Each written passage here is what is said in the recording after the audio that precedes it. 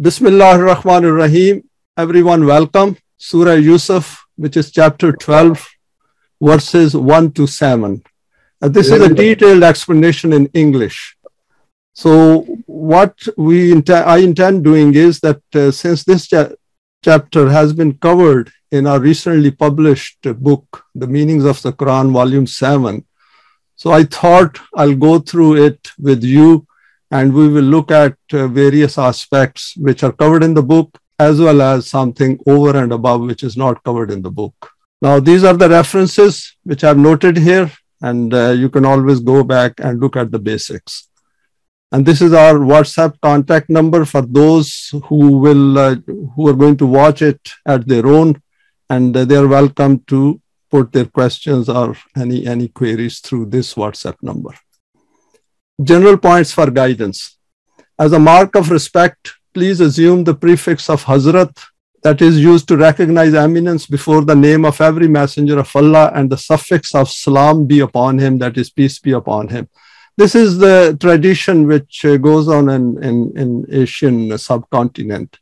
So instead of saying Hazrat with every messenger whose name is taken during the presentation, I thought that I'll let everyone know that it should be assumed that it has been said, because then it will make it simple, because this presentation is for English-speaking audience and the aim is to keep it simple. What is covered in today's presentation is based on the interpretations of the verses of Surah Yusuf by Allama Parwez and their further elaboration in terms of their application in today's world. Since the Quranic guidance is for all times, we need to continually reflect on its message to obtain the best and most balanced aspects before us for application in our individual and collective lives in the era in which we live. So if instead of reading this surah as something which happened a few thousand years ago, we should look at it that what is its application as of today and how does it impact our day-to-day life and the education and training of our children.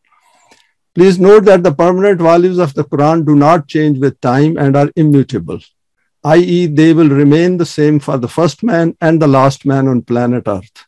Deen of Islam as a complete system of life has been completed and is preserved within the Quran.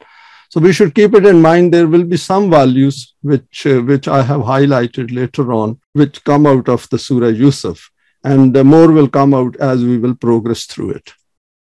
Outline of the presentation: first, a brief introduction, verses 1 to 3, and then Yusuf as a Nabi and Rasool, verse 12, 4, some explanation of dreams, then verses 5 to 6 will be covered, including the state of Yusuf's or Yaqub's family, then verse 7, and that needs further reflection. Some values covered in this surah, guidance for the youth, some aspects of Quranic guidance, brief introduction. Now, I have taken this introduction from the book, that is volume 7. Ibrahim came to the area of Canaan, which was Palestine, after migrating from Maluf, which was in Iraq, and that was his place of abode, where he was brought up. Then he migrated over to Canaan. And you can read through this background, further details in Wikipedia.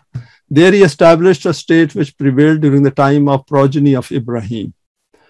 His younger son Ishaq remained as the guardian of this state, but his elder son Ismail was put in position in Hijaz, where the intensely demanding service of the supervision of the Kaaba was placed in his hands.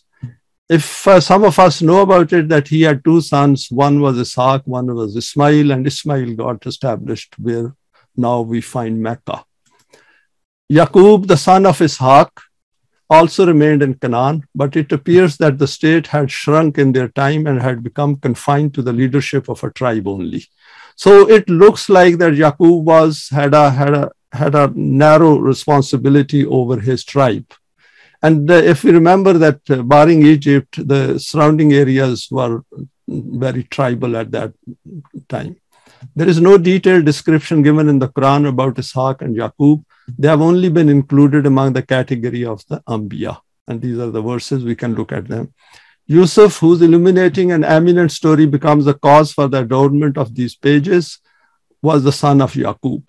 So this chapter is exclusively devoted to Yusuf and how he, from a tribal background, went up and rose through because of his eminence and got power. In connection with the story of Yusuf, two aspects appear prominently before us.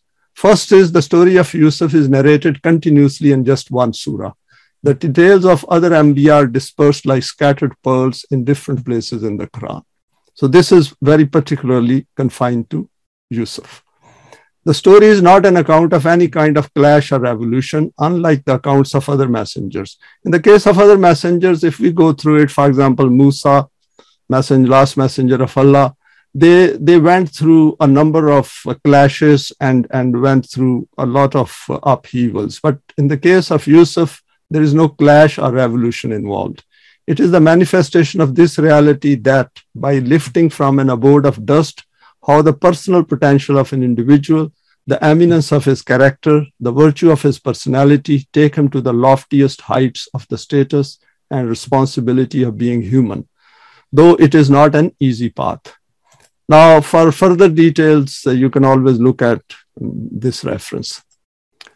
Now, let us look at the verses 1 to 3 first. Alif Lam Ra Tilka Ayatul Kitabil Mubin Inna Anzalnahu Quranan Arabiyyan La'allakum Taqilun Nahnu Naqussu Alayka Ahsanal Qasasi Bima Awhayna Ilayka Hazal Qurana Wa In Kunta Min Qablihi La Minal Ghafilin. This is how the surah starts in the Quran. This is a declaration of Allah, Alim and Rahim, that this is a book of a clear code of laws. We have made this Quran clear and perspicuous so that you can make full use of understanding and reasoning, so that you learn how to use your intellect, i.e. the aim of sending down the Quran is to fire up human intellect. O Rasool, by revealing this Quran on you through Wahi, we narrate the accounts of previous Anbiya and past nations through you in the best way. There are those accounts of which you were not aware before the revelation of the Quran. In these is also the story of Yusuf, which is narrated now. Now, this is a meaning rather than the translation, and this is what is taken out of the book. Now, the use of intellect and emotions needs examples from real life to see their application. By calling these accounts as ahsan, Allah has drawn our attention to look for the best possible interpretation by using our desire, intellect, and emotive drive. The term used here is al-ghafilin. And what is normally translated is that something you did not know. But there is a point over here. It points to this fact that what is being noted here is not available anywhere. Yusuf and his brother's stories is given in Bible as well, and also all our tafasirs have covered it. But that is not the point. We will go, as we will progress through it, we will realize there is far more to it than merely a story. It had a cover on it as a fact, now being uncovered. So what Quran is saying is that there are points over here which you will not find in the stories which are noted elsewhere. Hence, not to be read as a tale, it has great significance in relation to Deen. Yusuf was Nabi and Rasool and its significance. Now, I have quoted here two verses. Wa wahabna lahu ishaqa wa yaquba kullan hadaina wa nuhan hadaina min qablu wa min zurriyatihi Dauda wa Sulaymana wa Ayyuba wa Yusufa wa Musa wa Haruna wa kazalika najzil muhsinin. We gave him Ishaq and Yaqub, all three we guided, and before him we guided Nuh, and among his progeny Daud, Suleiman, Yunus, Yusuf, Musa, and Harun. Thus do we reward those who are muhsinin. So in a way one can say that getting wahi in itself is a reward, and then of course following it one becomes a muhsin.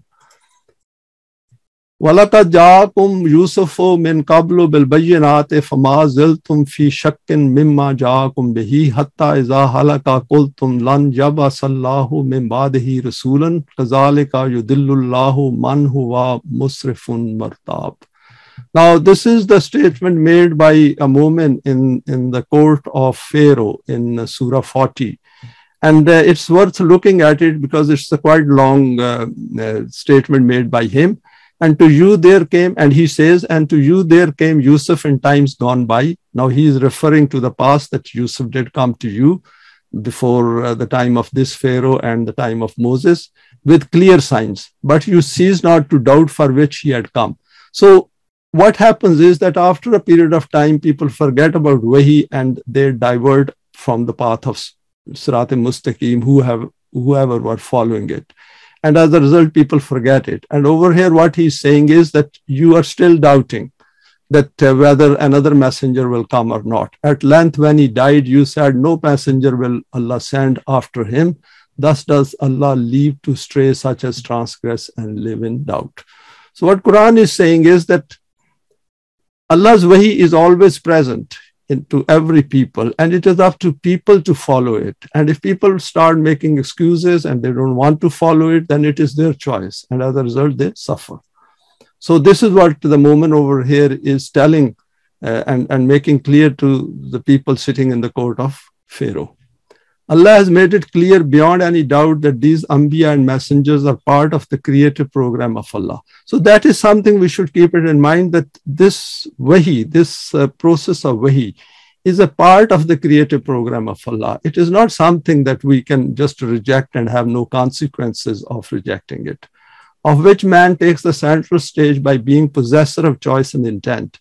Just reflect on the mention of only Muhsineen among the progeny of Nuh and Ibrahim. And this point will become further clear that wherever Quran says that we do not waste the reward or the recompense of Muhsineen, because that is the whole purpose, that we need to become Mu'min, Muttaqi, Muhsineen, Salihin. The addressee of the Quran and Allah are those who have Iman and do Salih deeds. Now, there is over here, what I've done is I've taken from the book, because I thought this is very important, what is stated over there and explained in detail. In verse 2, it is stated, Inna anzalnahu Quranan Arabiyyan, that the style of expression of the Quran is very clear, pure, and well balanced. And that is the meaning of Arabian. Of course, Arabian also means Arabic language, but over here, Arabian is used to explain that Quran is clear, pure, and well balanced. There is no crookedness in it. That is, there is nothing hidden within it. It's not a convoluted message that it says one thing and means something else. No kind of ambiguity in it. This then is the characteristic of the style of expression of the Quran. So we should keep that in mind as we will go through these verses. After this comes the second statement, or the other two terms, la'allakum taqilun, so that you start using your intellect, so that this intellect which Allah has given to you, you should use it and then make it clear to yourself, which is translated as so that you are able to understand, or you have understood. The meaning of this will be that the style of expression of the Quran is not such that it becomes understood automatically, that the student of the Quran will not need to do anything himself. And that is a very important point, because some people think that just merely reading through the translation, they will get the gist of it. But Quran, contrary to that, is asking for very intense reflection on our part. If there is, for example, if there is light outside, then for the one wishing to see, he needs to do no more than keep his eyes open. After this, everything becomes visible automatically. For example, if we go outside from the dark, then we can see the things clearly because of sunshine. And we don't have to use our intellect, just we have to use our eyes. This meaning of la'allakum taqilun is against the reality and wish of the Quran. This is not what Quran is asking us to do. The Quran does not become understood automatically by itself. For this, something has to be enacted. And the Quran has concisely condensed this reality in one word, taqilun. It is a verb of action, and action demands this element that the actor should perform that task. So once we are going through the Quran, we should see that whether we are acting or not, whether we are using our intellect or not, and this point will become clearer later on. The meaning of la'allakum taqilun can be expressed in these kind of words, so that you can make use of intellect. And the word for intellect is aql. Taqilun has aql as a root, so that you can bring your intellect into use. For example, see this verse. لَقَدْ أَنزَلْنَا عَلَيْكُمْ كِتَابًا فِيهِ ذِكْرُكُمْ أَفَلَا تَعْقِلُونَ, that surely we have sent this book on you, in which is your own zikr. That is, your own eminence and loftiness lies in this Quran, and that is addressed to all mankind. Afala taqilun, and you can understand this if you use your intellect. And that is the point made over here. Now, continuing on the use of intellect. Now, I've quoted a verse here, وَمَثَلُ الَّذِينَ كَفَرُوا كَمَثَلِ الَّذِي يَنْعِقُ بِمَا لَا يَسْمَعُ إِلَّا دُعَاءً وَنِدَاءً صُمٌّ بُكْمٌ أُمْيٌ فَهُمْ لَا يَعْقِلُونَ.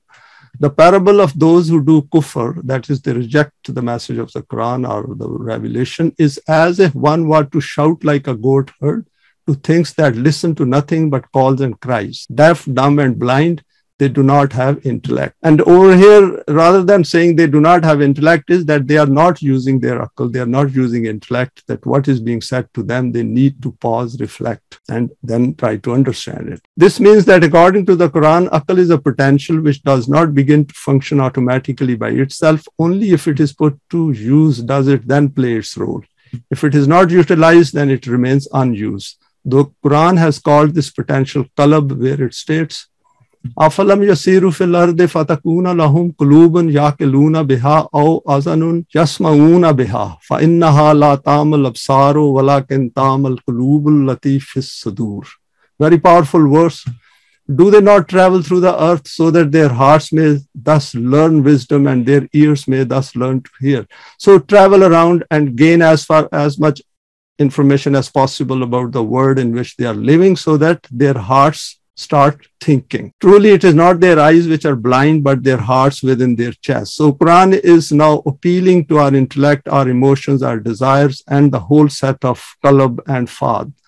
That is, those abilities which make us human, through which we use our choice and intent. From this, the Quran has informed us that in order to benefit from its contents, it is necessary that a hunger should arise in the human heart to reach the truth.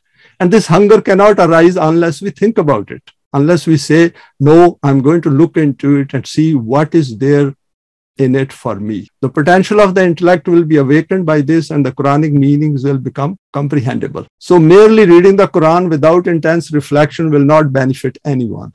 This is the reason that the Quran has repeatedly drawn attention to acquiring Iman, as this is where we create a desire and a need for the guidance of the Quran, and our intellect and heart then become intensely inclined towards it. Application in the life of Rasulullah. Now, this is very interesting because when I was going through this, I said, because Surah Yusuf, at the beginning, Allah says that it is for you and it is going to point to you those areas of your life which you are not aware of it and how you're going to use it. And this is a great verse in which we can see how he is using it. Illa tansuruhu faqad nasarahullahu is akhrajahul lazina kafaru sani asnani is huma fil ghari is yaqulu li sahibihi la tahzan innallaha mana. I have highlighted this point. Fanzalallahu sakinatahu. Again, this point is highlighted here, sakinatahu. Alayhi wa ayyadahu bi junudin lam tarawha wa ja'ala kalimatul lazina kafaru sufla. وَقَالِمَاتُ hiyal ulya wallahu azizun hakim. As we know that when wahi comes to the messengers, they have a specific program to act on it. And that also means that we also have a specific program as given in the Quran. And Quran explains it to us that once we follow it, then things start becoming clearer to us. If you, that is now it is addressing the Jamaat-e-Mu'mineen, help not your leader, that is Rasulullah, it is no matter. So Quran is pointing over here that my schemes, that is Allah's schemes, are going to take their effect, whether you like it or don't like it, whether you support him or not. Just keep it in mind, this is the state of Yusuf as well. For Allah did indeed help him when Kuffar drove him out. He had no more than one companion. The two were in the cave, and he said to his companion, just imagine how much fear is there now in that cave. But Rasulullah tells his companion, have no fear, for Allah is with us. And once we go to the next part of Surah Yusuf, we will see that Yusuf has similar situation where he's put into a blind well and Allah sends him the wahi, and he is very calm. And if we see throughout Surah Yusuf, he remains very calm even in the worst of circumstances. And this was something which Rasulullah picked up. Then Allah sent down his peace upon him and strengthened him with forces which you saw not, and humbled to the depths the word of the kuffar, but the word of Allah is exalted to the heights, for Allah is Aziz and Hakim. We covered this aspect under Aziz as well, the attribute of Aziz. Now, what is in it for us? And that is the point we have to keep it in mind, that how do we apply it in our life so that we also say, La tahzan inna Allaha ma'ana. We don't have to have grief because Allah is with us. And that comes by becoming Aziz and Hakim. This verse is quoted in relation to the revelation of Surah Yusuf to the Jamaat-e-Mu'mineen for all times to illustrate the importance of becoming part of Allah's program in the human world. And through Rasulullah and through these verses and this surah, and of course other surahs, then Jamaat-e-Mu'mineen at that time, they consolidated their own position. They acquired power. They became Aziz and Hakim. More on this when we progress further along the path of Yusuf as he gets nearer to his aim of becoming Aziz. The issue of human dreams and their significance. Now, over here, I've quoted the next verse, is Qala Yusufu li abihi ya abati inni ra'aytu ahada ashara kawkaban wa shamsa wal qamara ra'aytuhum li sajidin. This is the famous dream, the first one, which is stated by Yusuf to his father. Behold, Yusuf said to his father, Yaqub, that I have seen in my dream that there are 11 stars and the sun and the moon, and these are prostrated before me. Now, what I've done is on page, I think around 86, 87 in the book, that is volume 7, there is a detail covered by Allama Parwez on dreams. And what I've done is I've taken gist out of it because I thought it is better to share it at this stage, that what is the state of human dreams. According to this discipline, apart from a conscious mind, man also has an unconscious mind. There are many occurrences and details in human life which the conscious mind remembers for a while, but after that either completely forgets these occurrences or removes the imprints of their particular perceptions and impressions from its slate. But the unconscious mind retains the important parts of these incidents and the particular perceptions resulting from them firmly within its domain. The unconscious mind gets a far greater opportunity for its action at that time when man is asleep. This point has been brought before us previously as well through some of the talks given by Dr. Hamid, that we have a subconscious and unconscious part of our consciousness. That is the way our brain works. And in that, over here is that whatever we are doing during the daytime and our inner desires, they start forming our unconscious side of the mind. The unconscious mind gets a far greater opportunity for its action at that time when man is asleep. During this time, the activity of the conscious mind is suspended. In sleep, we know our consciousness is suspended. And there is no kind of disturbance or turmoil in the physical body. That is why the semi-conscious or unconscious mind opens up the album of its magic and then presents different scenes of forgotten tales on the screen of the mind. There is no mutual coordination or order in the perceptions or pieces of events which the semi or unconscious mind presents. The film presented by it is a bizarre assembly of disorder, though sometimes certain pieces appear which are quite orderly. This is what is known as dream. So dreams, some dreams are very lucid, very clear. We know exactly what dream was, but most of the dreams are very blurred, not very clear. And those are just the aberrations of our thoughts during the daytime. Experts in psychoanalysis search for secrets hidden within the layers of the semi or unconscious mind in these disjointed pieces of dreams. So there is a now science developed within psychology, and they carry out some kind of analysis by listening to people who dream. And of course, they have to take into account whole of their life.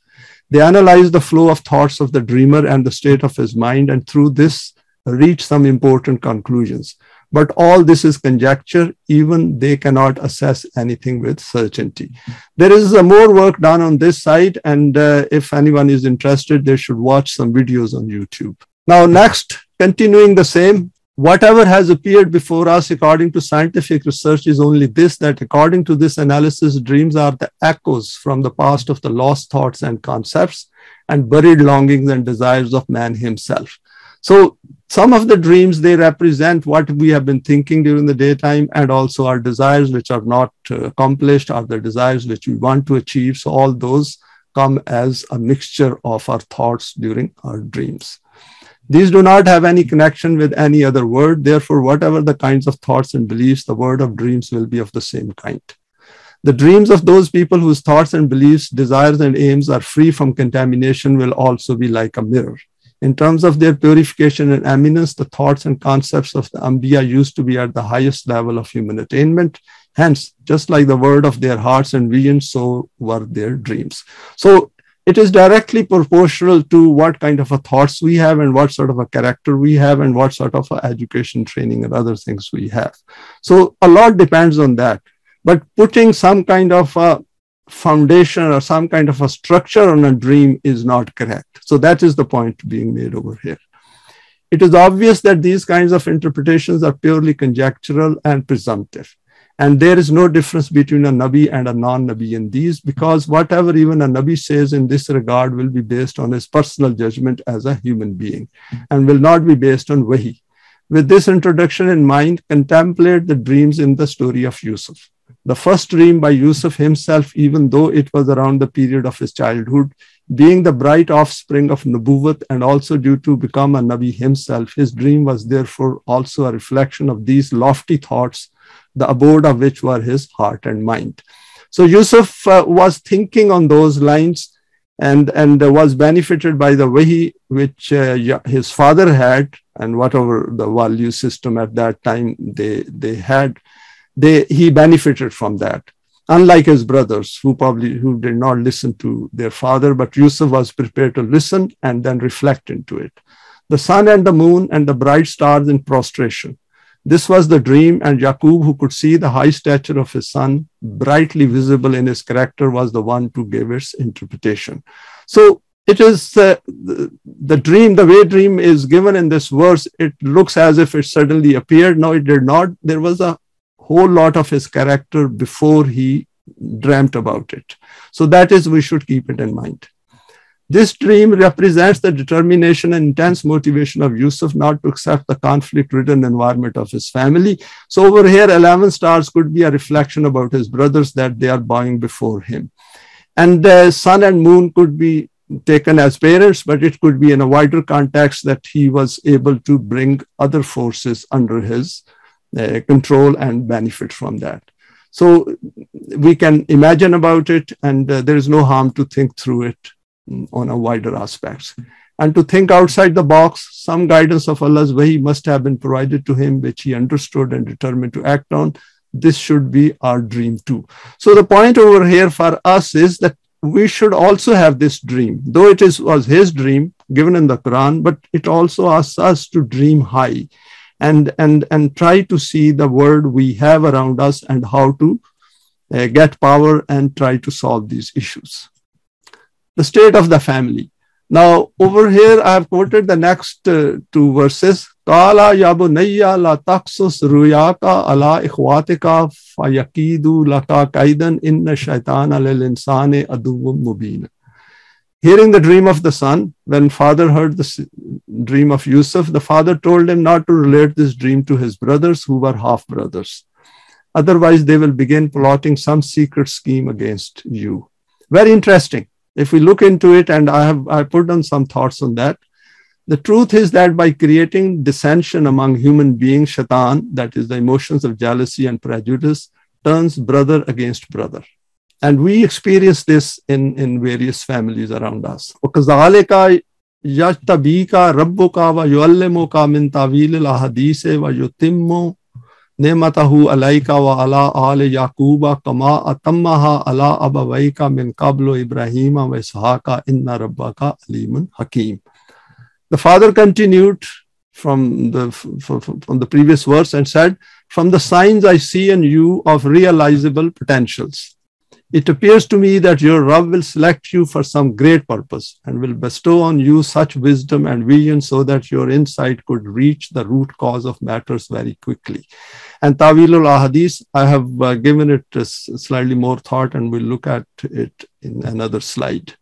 He will shower you with bounties, and through you will complete his favors on the family of Yaqub, just as he did before this on your forefathers. So now father brings in his past, his forefathers, and say, as they benefited being Mohsinin, so you will also benefit as a Mohsin.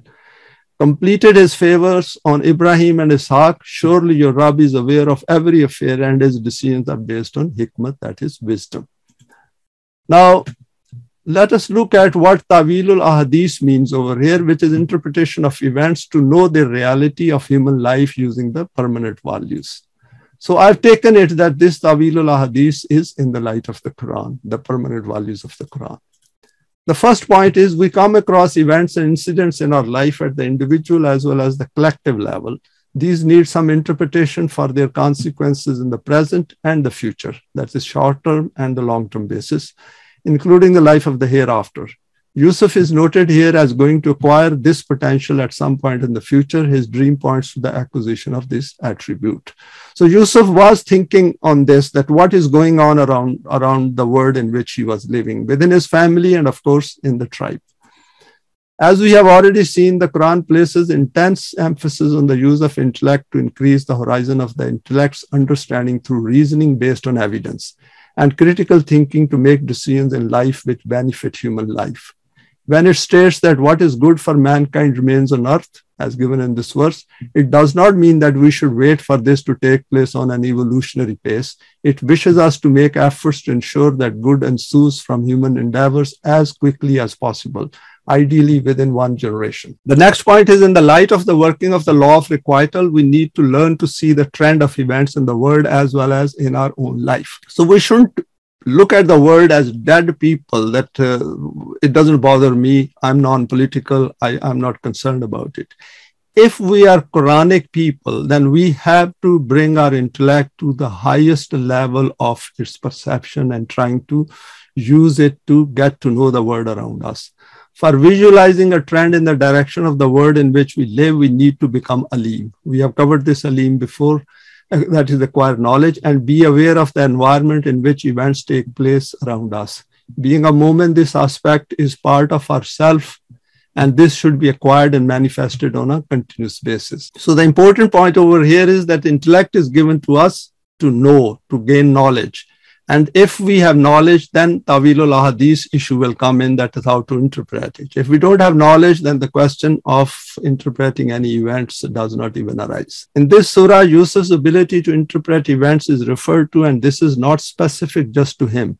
The Quran notes this feature in all the messengers of Allah and wants all members of Jamaat-e-Mu'mineen to acquire it by becoming Alim, Hakim, Saleh, Mohsen, Aziz, and all those attributes which are noted in the Quran. Advice from another father to his son.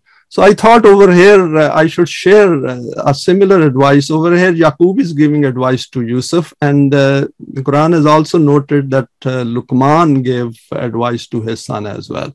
And let us look at it, what he says.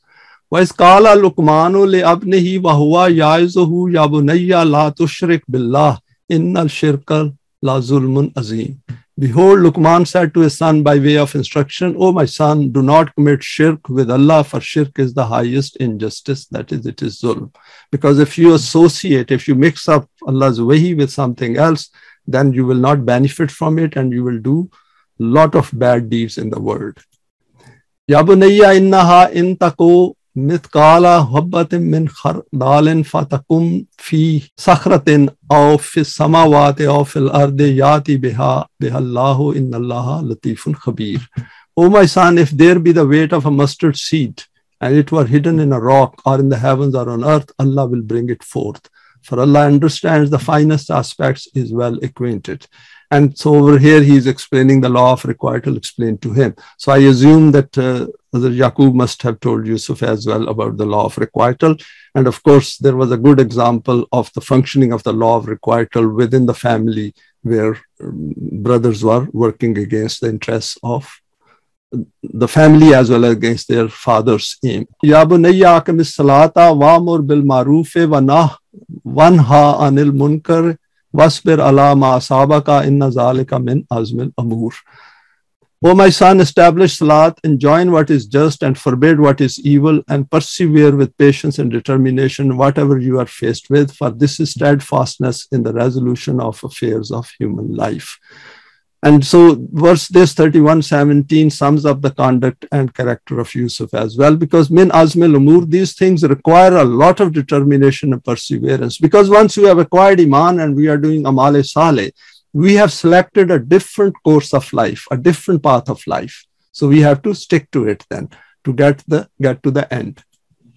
Now, over here, what I've done is from verses 5 to 6, the state of the family of Yaqub. I have looked at it. Of course, the whole of Surah is in front of me, having been through it numerous times. So I thought just to put it down that what is the state in which Yusuf is living, and in that state, he's dreaming about his future. The dream of Yusuf points to the state of his consciousness and subconsciousness, where he is rejecting the condition of the family, that is the division and conflict within the family, and the world around him. He obtains details of an alternative world based on Allah's wahi. Because he's thinking within the way, those instructions given by his father, he thinks and reflects continuously and comes to this conclusion that he has to get out of this environment and go somewhere else. And of course, Egypt was the center of civilization at that point, where he can gain more knowledge in order to benefit from wahi. Despite his father cautioning him against his brothers, he remains fearless, as will become clear later on. Very important. La tahzan inna Allah ma'ana. So he's developing that conviction by virtue of his iman. And I'm sure he must be doing a lot of good as well. The father and two of his sons know the guidance of wahi and try to follow it within the constraints imposed by the majority, that is other sons. Other sons are not interested, as is clear from the term used, shaitan. Hizbullah clearly becomes defined here. So it's very important. Now within the family, there are two parties. One is electing to follow the path of shaitan. The other one have become Hizbullah, and Yusuf is very much part of it. The father, being fully aware of the guidance of wahi, strongly desires his son Yusuf to succeed in changing the state in which they are all living. It's a very unhappy situation. Just imagine that within a family now there are two parties. However, after becoming aware of the state of self-development and outlook of Yusuf and his potentials, he gets the hope that Allah as Rabb will provide him with help to guide him towards Rububiyyat. So what Yusuf is wishing, the same his father is wishing as well. Yaqub is wishing the same. So now within that situation, both are now come very closer to each other, and they must be discussing it all the time. However, no additional wahi is provided except what he already knew from the past. For example, Nuh, Ibrahim, Ishaq, he has firm iman in it that is unseen, but does not know how this will materialize. So Yaqub knows from the abilities and potentials and the iman and amal saleh of Yusuf that he is going to become Aziz, and he is going to be placed at some elevated position and position of eminence, but he doesn't know how this is going to materialize. And that is an interesting point which we should keep it in mind, that once whole scenario unfolds later on. Despite this state of understanding, he cautions Yusuf to be aware of his brothers and of their ill feelings towards him. Yusuf was close to his father because of commonality of iman. One can imagine the state of loneliness of Yaqub in that family environment. So you can imagine that how much distress Yaqub must be under because of his other sons not listening to him and to Allah's wahi. And they were, of course, in a position of power as well. So this is the kind of scenario which is existing in that family. And that scenario, then Yusuf is deciding to take a different path in life.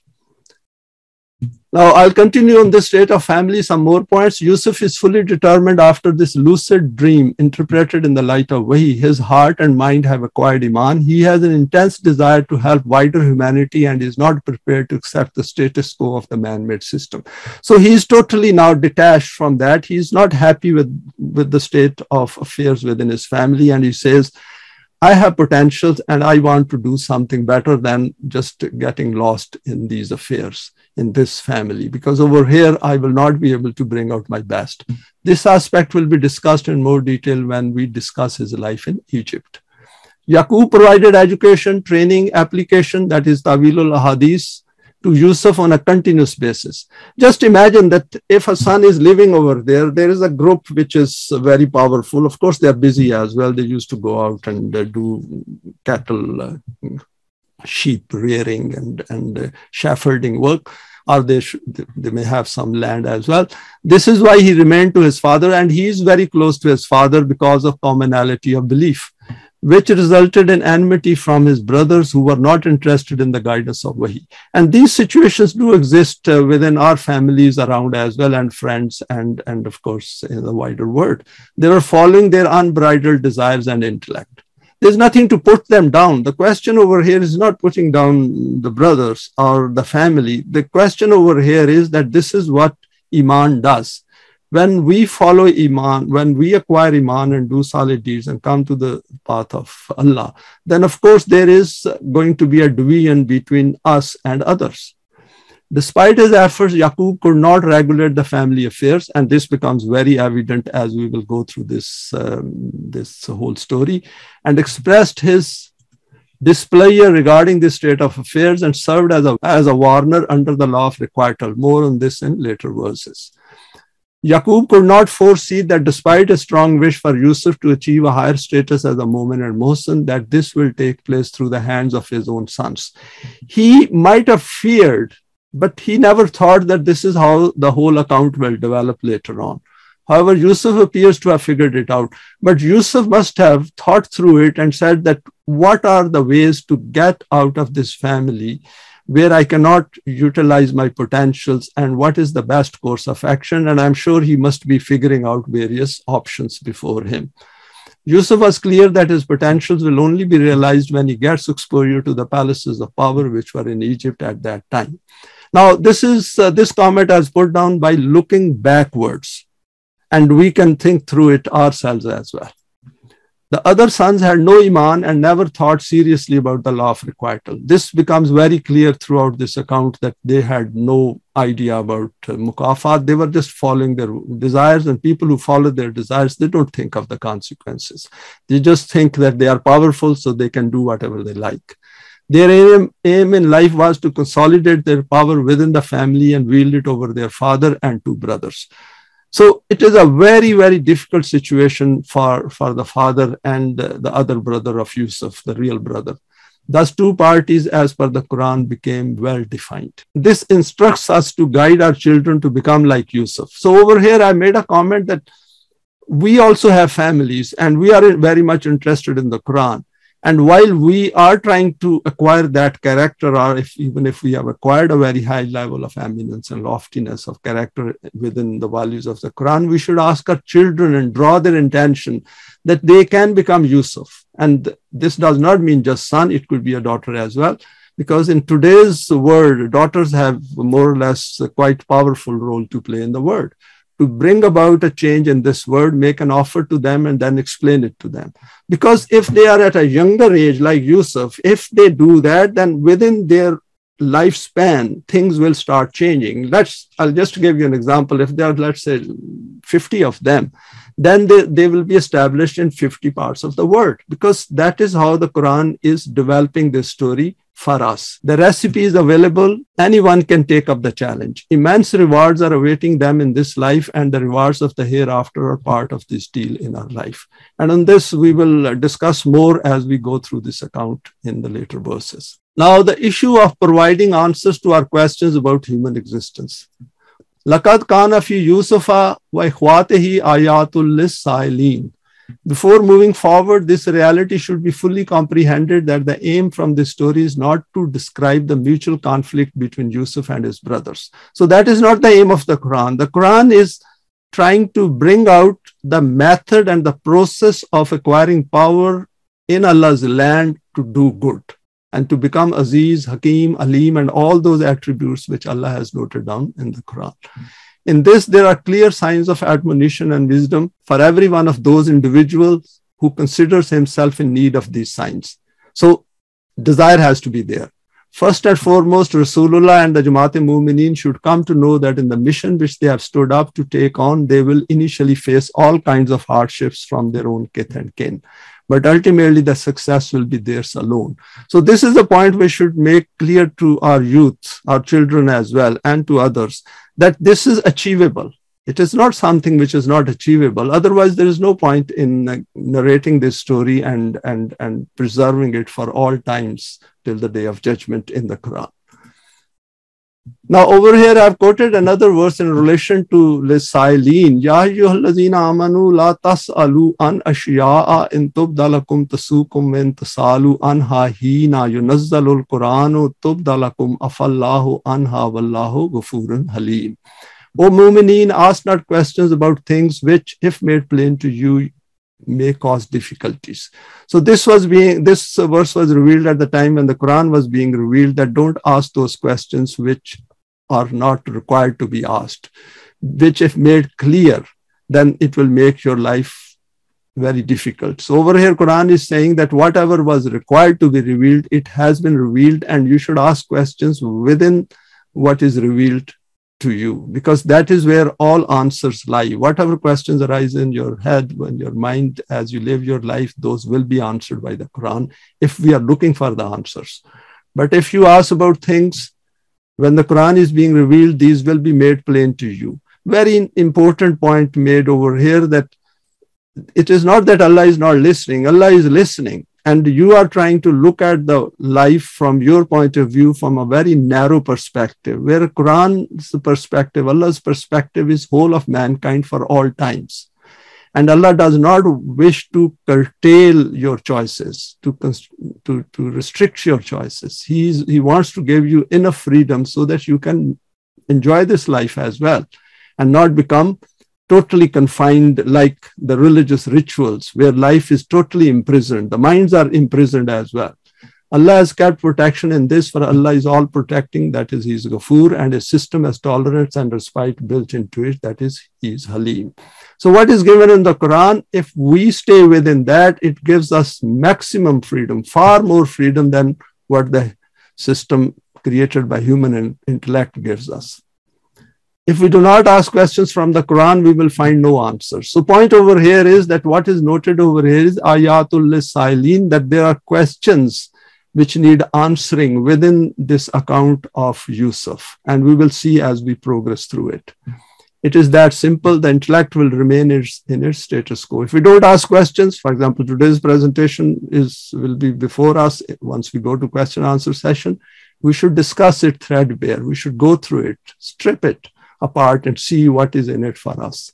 Over here, I put down some points which I thought, which came to my mind, and these need further reflection. At this early stage of the dynamics of a developing story, the Quran invites us to have some questions ready to be answered. No questions, then there will be no answers. It will just be a story of Yusuf and his brothers, nothing for us. And we have already seen that there is a lot more in it for us than just going through this story that Yusuf had some bad brothers and this is what happened. Egypt at that time had a very highly developed civilization with advanced institutions of the state. However, its jurisdiction did not extend to the tribal areas, primarily due to lack of interest by the elite, just as in many third world countries today. So in today's world, we can see that the center of education and power is in the West. And we have to acquire knowledge of our world as much as possible, to that extent where we should know exactly the way this world is working and functioning. So that is the point I'm trying to make. There were limited opportunities in Canaan, that is Palestine. It was a tribal area, and there was a family feud going on at a very, very low level. It was all ignorance, and in which Yaqub was in a very difficult position, that is father of Yusuf.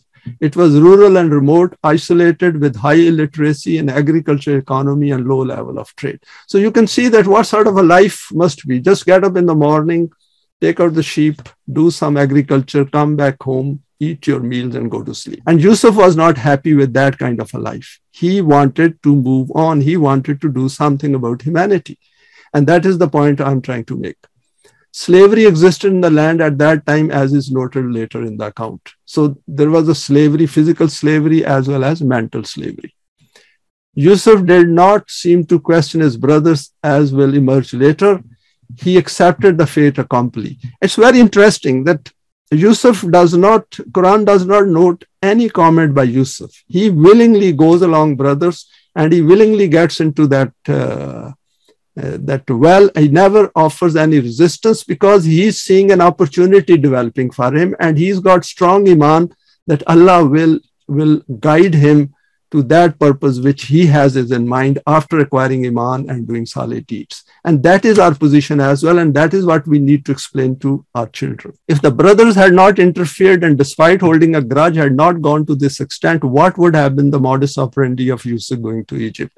That is a question which we should look into within ourselves, that what would have been a different position? Would that have been the end of it? No. Yusuf was very desperate to get out of that and do something. Why did Yaqub not send Yusuf away to Egypt using his own resources for education and gaining experience? Now, the answer to this is very obvious. Brothers wouldn't have let him do it because they were controlling the purse of the family. Was he reluctant to part with his company, or was he waiting for Yusuf to become a bit older? That could also be a possible answer, that he might have waited that he should grow up and become a bit stronger, and then he might send him away somewhere where he can get more opportunities. What role did the women folk in the family play in this? It is not clear from the Quran, but it looks as if they were silent spectators. And of course, women folk at that time had a pretty harsh time.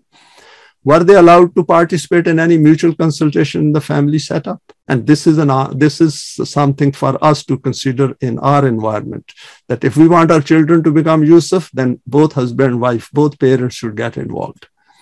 Yaqub's elder sons appear to control the economy of the family. More questions will arise as we move through the account in later verses. So this sets the scene. We can always add more from these 7 verses, but the idea is that there is far more in this story than what it apparently looks like. And that is what Quran is asking us to use akal, to increase its own area of expense and its own domain of consciousness. Values in this surah, some itemized at the outset. Never accept the state of a non-Quranic system, reject it completely at the cognitive level. Think continuously to counter it and look for alternatives. Opportunities only arise if we look for them. Otherwise, opportunities will come and disappear. Individual self-development holds the key to obtaining Allah's help and becoming Aziz. Jamaat-e-Mu'minin needs members with the character and attributes of Yusuf and other messengers.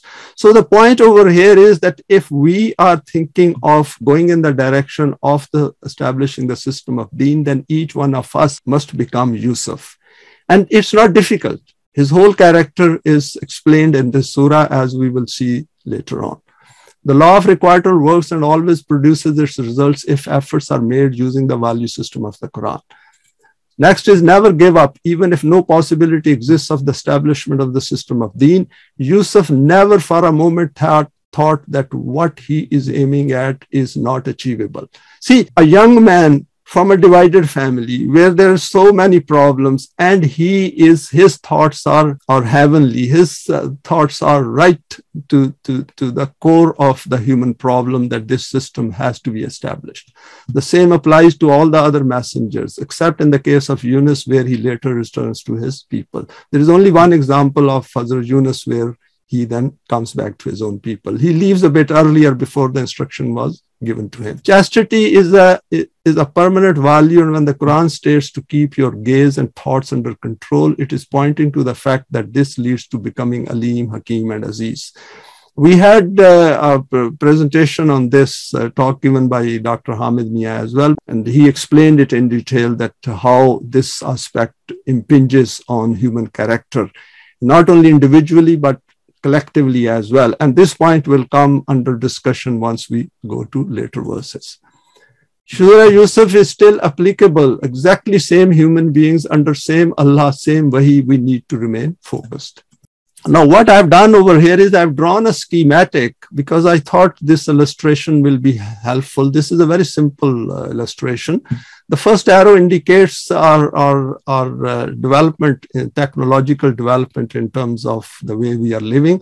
And Yusuf, his birth is somewhere between 7th and 5th century BC. And then technology has advanced, and now we are in 21st century. At that time, they had these camels, and they used to travel. All caravans used to be on camels, and they had tents and mud houses. And now, of course, we have extremely modern way of living. But at a basic level, basic human being remains the same. Hence, all permanent values remain applicable and are valid. So human being hasn't changed. It doesn't matter that how much technology has come around us, and we can verify it through our observation, and it is evidence-based. Now, over there were tents, and this is the area in which the whole model of Yusuf emerged and went through its normal course, and he got established in this land.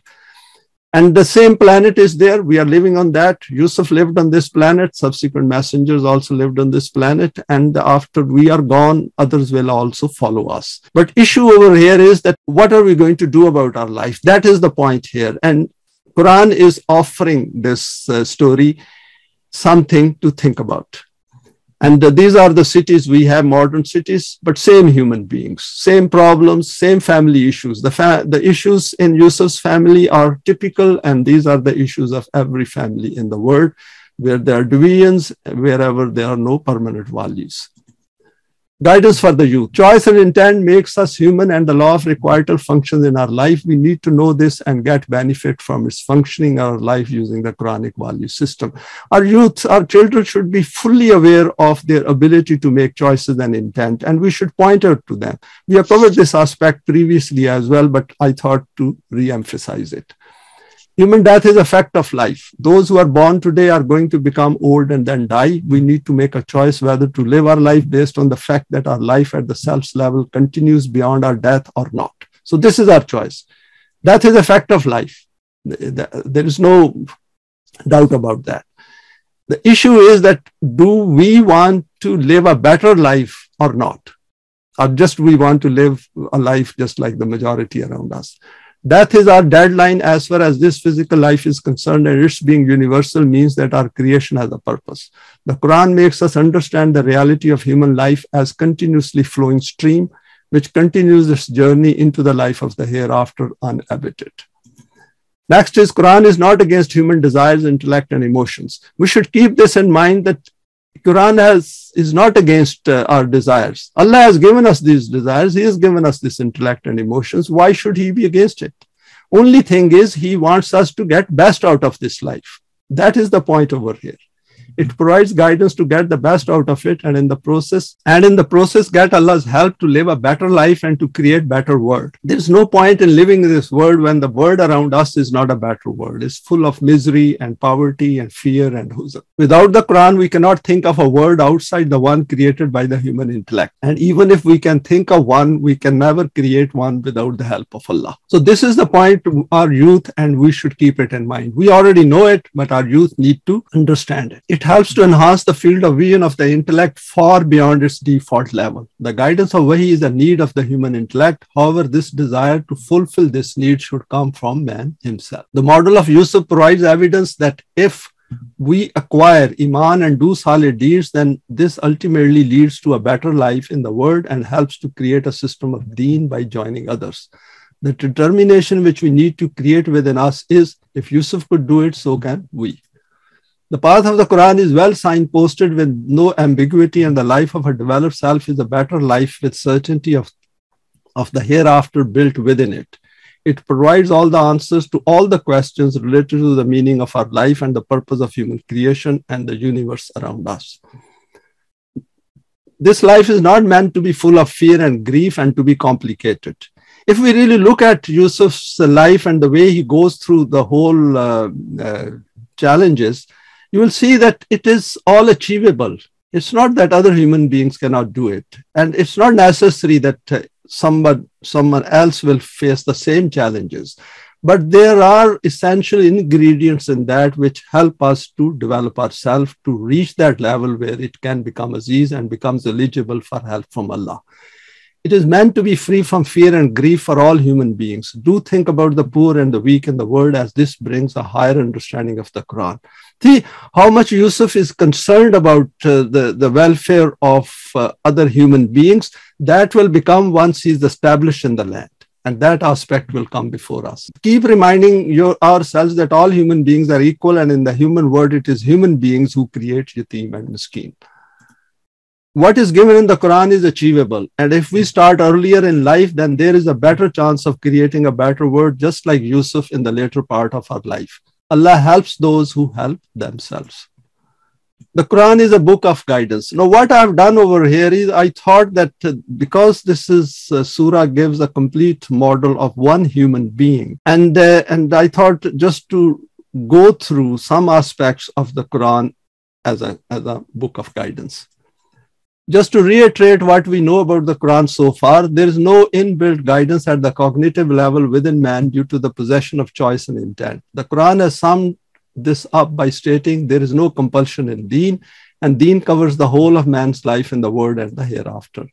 The book is for those who are looking for guidance in life, and since we claim to have come to the Quran, hence we need to inform others just in case they are also interested in its guidance or become interested at a later stage in their life. These points should be made clear to our children and people around us that there is a solution which is within our reach. We all know how human emotions, desires, and intellect work without the guidance of the Quran. Hence, we can easily figure out that what is in the Quran cannot be the product of the human intellect. To test it, we can look at its values and then compare these with the word created by the human intellect around us. It's very easy. Compare the two. While we're going through the Quran, see to what higher level of eminence the Quran is asking us to achieve in this life with the help of the permanent values and by manifesting those divine attributes. There is a marked difference between the two. Then if we opt to follow the path defined by its light, we are unable to see those darknesses of human behavior and its displays which may not be clearly discernible prior to acquiring Iman. The Quran, despite being a guidance for those who choose to become muttaqeen, provides details of the world created by non-Quranic thinking. So Quran does point to us that how the non-Quranic thinking works. It serves as an aid for our intellect and desires, just like a telescope and a microscope, which help us to see things we cannot see with the naked eye. Next is, there will always be human beings who will question the purpose of life and will question the man-created chaos and conflicts and will be looking for the true meaning of life. In this process, they will try to figure out using the knowledge accumulated by human beings up to that point in time.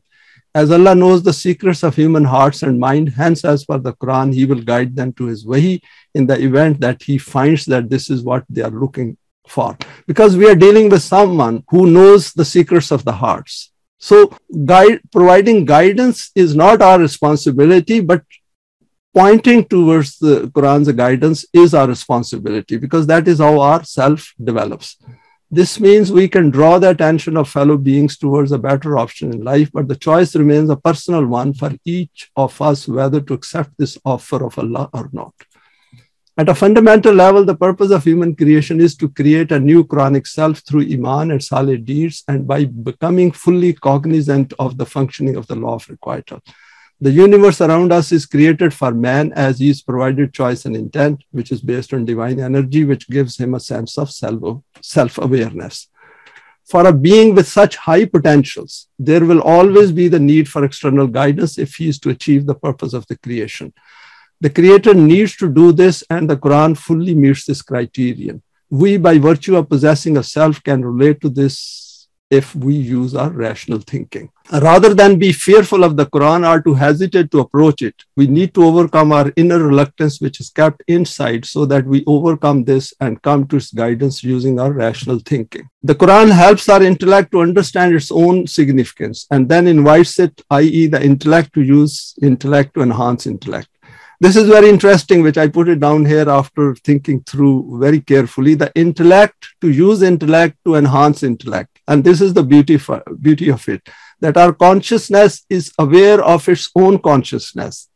And when it expands, it is also aware of that expansion. This is why the Quran repeatedly invites us to see the possibility of a new world and new possibilities opening up before us. The book is presented as a spoken word of Allah and is presented in such a way that we need to cross-reference in it frequently and also relate its values and models to the issues of our own time. Since it deals with human life and its cognitive issues at a fundamental level, hence it has no expiry date on its permanent values. For example, when it declares to do justice, even if it goes against your own self, this value never changes, but always stays the same for the first man on the earth and the last human being. These are some points of interest in relation to the Quran. More will be added as we continue our journey through the Quranic learning. And with that, we come to the end of this presentation. Thanks for your time and for sharing this